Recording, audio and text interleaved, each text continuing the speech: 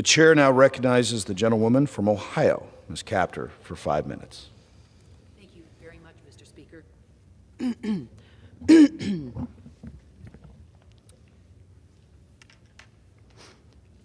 Mr. Speaker, in my home state of Ohio, the largest nuclear scandal in American history has been perpetrated on our public. Ohio's only nuclear power is generated in northern Ohio along Lake Erie by plants owned by Energy Harbor, previously known as First Energy. For decades, First Energy customers have paid unknowingly for the outfall of this criminal company's nuclear malfeasance, careless management, and costly outages. And now, criminality.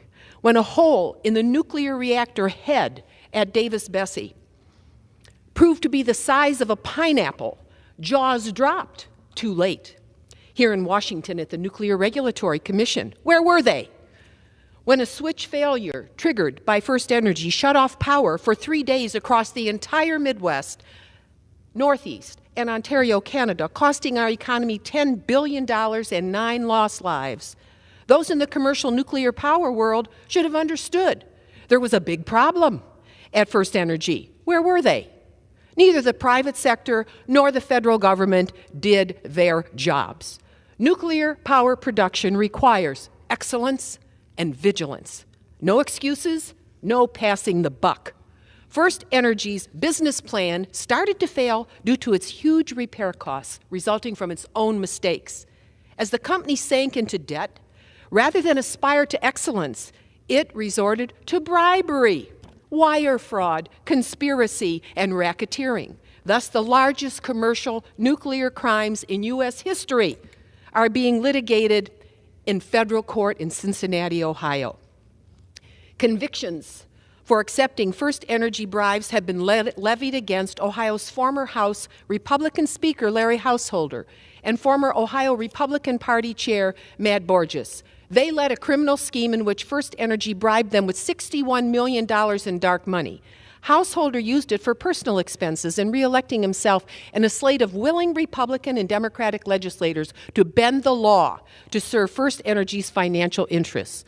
Once in office, Householder led his hand-picked politicians in a legislative bailout of First Energy, foisting $1 billion plus in corporate nuclear energy and coal losses on Ohio's ratepayers. Never did Householder or his associates express any concern about First Energy's nuclear mishaps, its awesome nuclear responsibility, and what really was required to restore operational excellence. If First Energy's plant had exploded and fried everything in its radius in northern Ohio, including my house, Mr. Householder would not have been affected. He lives too far south, as do most co-conspirators to the bribery scheme. Even prevailing winds generally don't blow in their direction. But an explosion would have completely polluted Lake Erie. First Energy itself avoided fraud and criminal indictments by admitting its corporate guilt. Of course, nuclear malfeasance is not on trial, but it should be.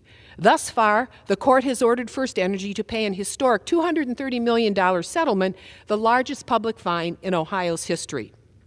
But there were no fines for bigger crimes against the public interest by multiple nuclear endangerments.